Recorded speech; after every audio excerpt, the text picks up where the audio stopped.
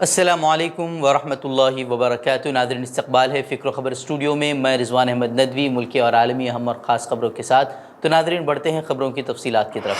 اسرائیلی forces کے مظلوم فلسطینیوں پر مظالم کا سلسلہ لگاتار جاری ہے، اور یہ اب اتنا بڑھ چکا ہے کہ انسانیت بھی شرما گئی ہے۔ مقبوضہ فلسطینی علاقے رام اللہ میں جارحیت کی نئی داستان رقم ہوئی ہے، اور قابض فوج نے گھر گھر تلاشی کے نام پر 11 فلسطینیوں کو شہید کر دیا ہے، جبکہ 100 سے زائد زخمی ہوئے ہیں۔ رام اللہ میں گھر گھر تلاشی کے دوران غاصب صہیونی فوج نے نہتے مظاہرین پر آنسو گیس کے شیلنگ کی اور ربڑ کی گولیاں بھی ان پر برسائیں۔ شہید ہونے والوں میں 20 سالہ فلسطینی نوجوان سے لے کر 74 سالہ بزرگ تک شامل ہے۔ اسرائیلی جنگی طیاروں کی بمباری سے فلسطینیوں کے متعدد گھر ملبے کے ڈھیر بن چکے ہیں۔ اعلیٰ فلسطینی اہلکار حسین الشیخ نے اس جارحانہ خونی کارروائی کو قتل عام قرار دیتے ہوئے اپنے لوگوں کے لیے عالمی تحفظ کا مطالبہ کیا ہے۔ وہیں سیکریٹری جنرل اقوام متحدہ انطونیو گتریس نے مقبوضہ فلسطینی سرزمین پر اسرائیلی بستیوں کو ختم کرنے کا مطالبہ کیا ہے۔ انہوں نے کہا کہ ہر نئی بستی امن کی راہ میں ایک اور رکاوٹ ہے۔ رواں سال کے ابتدائی دور کی بات کی جائے تو 53 روز کے دوران اسرائیلی فوجیوں نے بچوں سمیت 56 فلسطینی شہریوں کو موت کے گھاٹ اتار دیا ہے۔ سرکاری ذرائع کے مطابق اس عرصے کے دوران ایک اسرائیلی پولیس افسر، 9 شہری اور 1 یوکرینی شہری بھی مارے گئے ہیں۔ مغربی کنارے میں تشدد کے تازہ واقعات پر امریکہ نے بھی تشویش کا اظہار کیا ہے اور کہا ہے کہ فلسطینی علاقوں میں یہودی بستیوں کا قیام امن کی راہ میں بڑی رکاوٹ ہے، لیکن جو لوگ مارے گئے، جتنے لوگ شہید ہوئے، اس پر امریکہ نے کچھ نہیں کہا ہے۔ لیکن سوال یہ ہے کہ مغربی ممالک کہاں ہیں؟ کیا اس طرح کی دہشت گردی پر صرف مذمتی قرارداد کافی ہے؟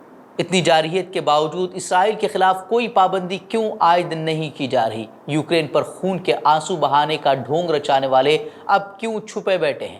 وہ میڈیا ادارے کہاں ہیں جو غیر جانبدارانہ رپورٹنگ کا دعویٰ کرتے ہیں؟ آپ کو جان کر حیرانی ہوگی کہ بی بی سی نے اس کے لیے کیا ہیڈ لائن دی ہے۔ انہوں نے لکھا ہے کہ نابلس تصادم، اسرائیلی فوج کی چھاپہ مار کارروائی میں 10 کی موت۔ انہوں نے حالانکہ ہر کوئی جانتا ہے کہ کس طریقے سے اسرائیل کی دہشت گرد فوج وہاں دہشت گردانہ کارروائی انجام دے رہی ہے۔ اس دوران بھی ویڈیوز منظر عام پر آئی ہیں کہ کس طریقے سے بچوں پر ظلم کیا جا رہا ہے۔ چھوٹے چھوٹے بچوں کو گرفتار کرنے کے لیے کس طریقے سے فوج لگائی جا رہی ہے۔ اتنے لوگوں کی موت کے بعد بھی وہاں ایک اور ویڈیو سامنے آئی ہے جس میں قابض اسرائیلی خوشیاں مناتے ہوئے نظر آ رہے ہیں، اور مغربی ممالک ابھی تک سو رہے ہیں۔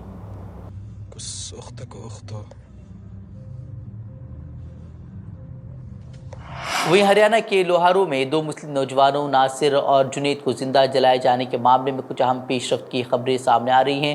بھرت پور ضلع باشندہ دونوں نوجوانوں کے قتل سے متعلق تفتیش جاری ہے، اور راجستھان پولیس نے اب کچھ اہم انکشافات بھی کیے ہیں۔ پولیس کی طرف سے مطلوبہ 8 ملزمین کی فہرست جاری کر دی گئی ہے، اور پولیس نے اس گاڑی کو بھی ضبط کر لیا ہے جس میں ملزمین نے جنید اور ناصر کے ساتھ مار پیٹ کی تھی۔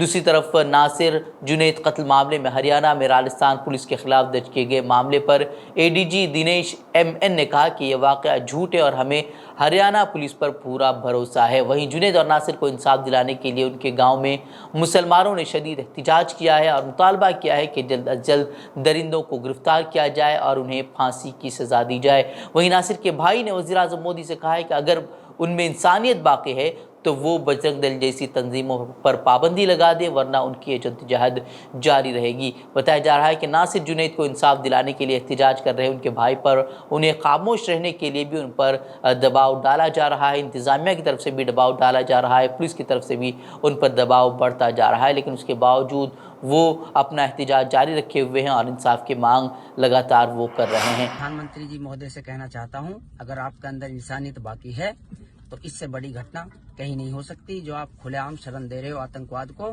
بجرنگ دل کو، اس سنگٹھن کو بین کرو، اور تب تک یہ سنگٹھن بین نہیں ہوگا تب تک ہم سنگھرش کرتے رہیں گے اور لڑتے رہیں گے، کیونکہ یہ ہمارے حق کی لڑائی۔ وہیں اسی دوران بجرنگ دل جیسی تنظیموں اور ہندوتوادی تنظیموں کی طرف سے منو منیسر کی حمایت میں، جس نے اس طرح سے انسانیت سوز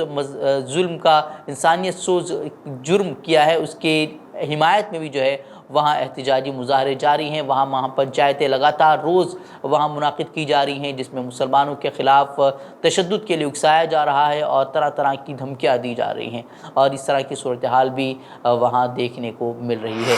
وہ ایک طرف تو ہندوستان کو ہندو راشٹر بنانے کی باتیں کہی جا رہی ہیں، اقلیتوں پر حملے کیے جا رہے ہیں، تو دوسری طرف جو ہے مہنگائی کی شرح عروج پر پہنچ گئی ہے۔ گزشتہ ماہ یعنی کہ جنوری میں خوردہ مہنگائی RBI کی 6% کے حد سے بھی پار نکل گئی تھی۔ وہیں اب اندیشہ ظاہر کیا جا رہا ہے کہ جلد ہی عوام کو ایک بار پھر مہنگائی کا کرنٹ لگنے والا ہے۔ جیسے حالات پیدا ہو رہے ہیں اس میں پیکنگ والی کھانے پینے کی چیزیں، ڈیری مصنوعات، شراب، ایئر کنڈیشنز، ریفریجریٹرز اور بیرون ممالک سے درآمد کیے جانے والے کپڑے اور کاسمیٹکس وغیرہ سبھی کی قیمتیں 10% تک بڑھ سکتی ہیں۔ دراصل ڈالر کے مقابلے روپے کی قدر لگاتار کمزور ہو رہی ہے اور کمپنیوں کی بڑھتی لاگت نے انہیں ایسا کرنے پر مجبور کیا ہے۔ وہ اپنی اس لاگت کا کچھ بوجھ گاہکوں پر بھی اب ڈالنے والی ہیں۔ کئی بڑی کمپنیوں کے سرکردہ ایگزیکٹوز کا کہنا ہے کہ آئندہ 1 سے 2 ماہ میں قیمتیں 3 سے 10% تک بڑھانے کی تجویز ہے۔ وہ آئے دن مسلمانوں کے خلاف بیان بازی کا سلسلہ جاری ہے۔ کہیں ہندو راشٹر کے نام پر مسلمانوں کے خلاف اشتعال انگیز بیان بازی کی جا رہی ہے، تو کہیں باقاعدہ کھلے اسٹیج سے ہندوؤں کو مسلمانوں کو قتل کرنے پر اکسایا جا رہا ہے۔ ایسے روز روز کی بیان بازی پر اب سول سوسائٹی اور انسانیت کی بنیاد پر سرگرم تنظیموں نے بھی نوٹس لینا شروع کر دیا ہے۔ الہ آباد ہائی کورٹ میں ایک ایسی عرضی دائر کی گئی ہے جس میں بجرنگ منی کے خلاف سخت کارروائی کا مطالبہ کیا گیا ہے۔ الہ آباد ہائی کورٹ کے سامنے ایک پیٹیشن دائر کی گئی ہے جس میں مہنت بجرنگ منی کے ذریعے مسلمانوں کے خلاف نسل کشی اور ہندوؤں کو مسلمانوں کے قتل پر اکسانے کے مبینہ ویڈیو کا از خود نوٹس لینے کی درخواست کی گئی ہے۔ فروری 2023 کی ایک مبینہ ویڈیو کا حوالہ جس میں دیا گیا ہے، جس ویڈیو میں واضح طور پر دیکھا جا سکتا ہے کہ بجرنگ منی کہتا ہوا نظر آ رہا ہے کہ ہندو راشٹر بنانے کے لیے ہمیں مسلمانوں کو ختم کرنا ہوگا۔ ہندوستان اس وقت تک ہندو راشٹر نہیں بن سکتا جب تک مسلمانوں کا مکمل خاتمہ نہیں ہو جاتا۔ پورتیا ہندو راشٹر بنانے کے لیے وہی ہندوؤں کو پرکریا اپنانی پڑے گی اور مسلمانوں کا نرسنہار کرنا پڑے گا۔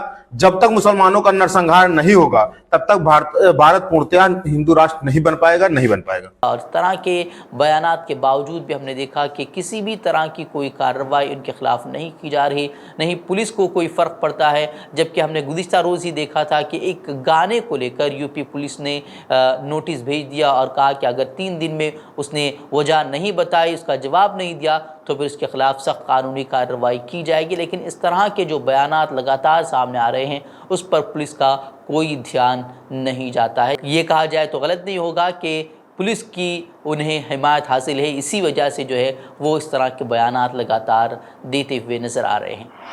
2022 اکتوبر میں ایک ویڈیو منظر عام پر آئی تھی جس میں گجرات پولیس کچھ مسلم نوجوانوں کو سر عام باندھ کر پیٹتے ہوئے نظر آ رہی تھی اور لوگ وہاں خوشیاں مناتے ہوئے نظر آ رہے تھے۔ اب اسی کو لے کر جو ہے کھیڑا ضلع کے پولیس سپرنٹنڈنٹ راجیش کمار گڈیا نے گجرات ہائی کورٹ میں حلف نامہ دائر کر کے ان پولیس اہلکاروں کی طرف سے مسلم نوجوانوں کو سر عام پیٹنے کو جائز قرار دیا ہے۔ انڈین ایکسپریس نے SP کے حلف نامے کا حوالہ دیتے ہوئے لکھا ہے کہ مشتبہ افراد کو صرف امن و ہم آہنگی کو برقرار رکھنے کے مقصد سے پکڑا گیا تھا، اور اس طرح کی باتیں جو ہے، اس طرح کا حلف نامہ جو ہے وہ پولیس نے جو ہے وہ عدالت میں داخل کیا ہے۔ واضح ہے کہ گزشتہ سال 3 اکتوبر کو کھیڑا ضلع کے گاؤں میں مسجد کے قریب گربا پروگرام کیا گیا تھا اور مسلمانوں کو اکسانے کی کوشش کی گئی تھی، جس کے بعد وہاں تصادم ہوا تھا، جس کے بعد ہندو اور مسلم برادران کے درمیان جھگڑا ہوا۔ اس واقعے سے متعلق ایک ویڈیو میں کچھ پولیس اہلکاروں کو کچھ مسلم نوجوانوں کو کھمبے سے باندھ کر جو ہے لاٹھیوں سے پیٹتا ہوا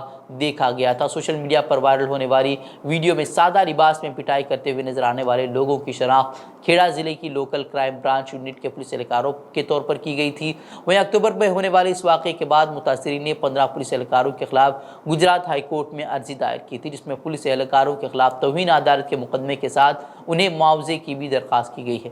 خیال رہے کہ پولیس کے تشدد کے فوراً بعد گجرات کے وزیر داخلہ ہرش سنگھوی نے پولیس اہلکاروں کی تعریف کرتے ہوئے اسے بہترین کام قرار دیا تھا۔ تو آپ سمجھ سکتے ہیں کہ اس طرح کے پولیس اہلکاروں کے خلاف کیا کارروائی ہو سکتی ہے، جبکہ وہاں حکومت کی نگرانی میں جو ہے اس طرح کے مظالم جو ہے وہ ڈھائے جا رہے ہیں۔